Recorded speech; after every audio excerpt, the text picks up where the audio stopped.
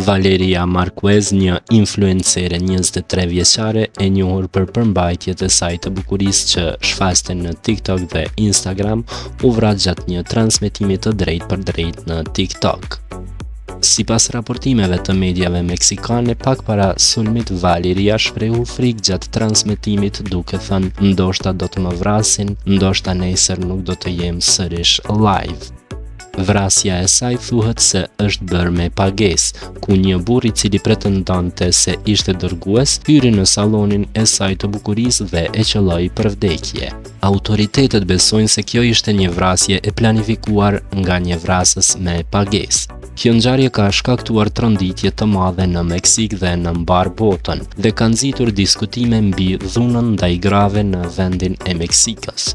Presidentja e këtij shteti, Claudia Sheinbaum, ka premtuar mbështetje për hetimet.